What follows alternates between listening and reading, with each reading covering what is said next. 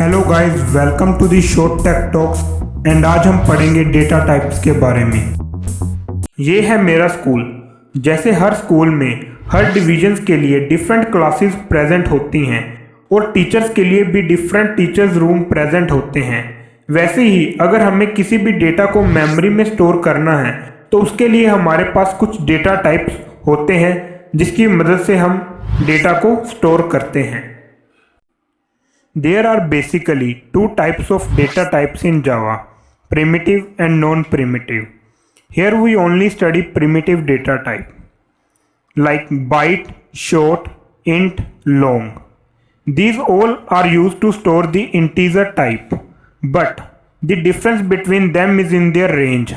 Like byte is used to store an integer between -127 to 127. And float and double is used to store the decimal point number, and character is used to store the characters like A, B, C, D, any another character, and boolean is used to store the true and false. Basically primitive data types वो होते हैं जो हमें pre defined होते हैं। तो जो भी ये डेटा टाइप्स हैं लाइक बाइट, शॉर्ट, लॉन्ग, ये हमें सब प्री डिफाइंड मिलते हैं। How memory is allocated? Basically, the memory of our computer is divided into the number of blocks and each block is of 1 byte. Basically, अगर मैं integer data type को store करूँगा तो उसके लिए मेरे को 4 bytes चाहिए होंगे, मीन्स कि मेरे को 4 blocks का यूज़ करना पड़ेगा।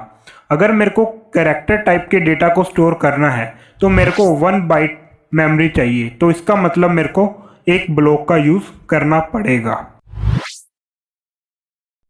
Let's see it in a code. First I will make a Java class named second.java. Then after I will make the main method that takes the array of string. अगर आपको ये नहीं समझ आ रहा कि क्लास और मेन मेथड क्या है तो don't worry, we will study them in OOPS concept. Now I will make the variable of each data type. The variables are just same as you study in your 10th class, that takes the random value. And now I will initialize each variable with their some values, and you can see here each variable is different with the range, like byte have 12 and short have different values.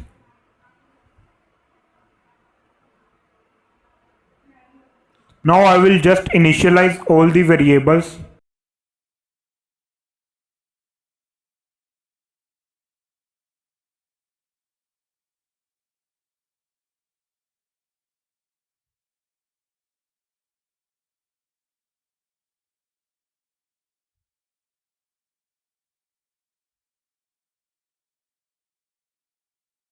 In float, you have to add f at the end of the value because to differentiate between the double and the float.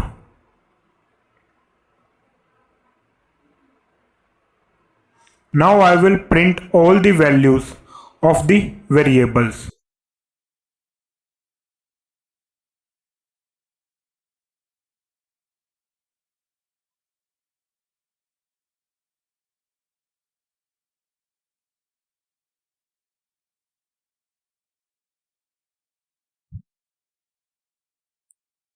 Now I will run the program, and here you can see the output. We have got all the. Let's see the default value of the data type variables. Basically, default values are the values which are initialized by the computer if we don't assign any values to the variable. So I will make the all variable as a static and make them as a attributes of the class. और attribute भी हम OOPS concept में पढ़ेंगे।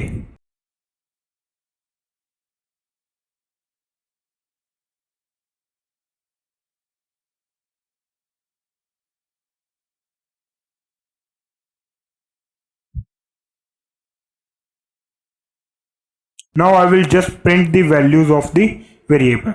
You can see here I will get all the default values of the variable. Till then, like, share and subscribe, and I will meet you in next lecture. Thanks for watching.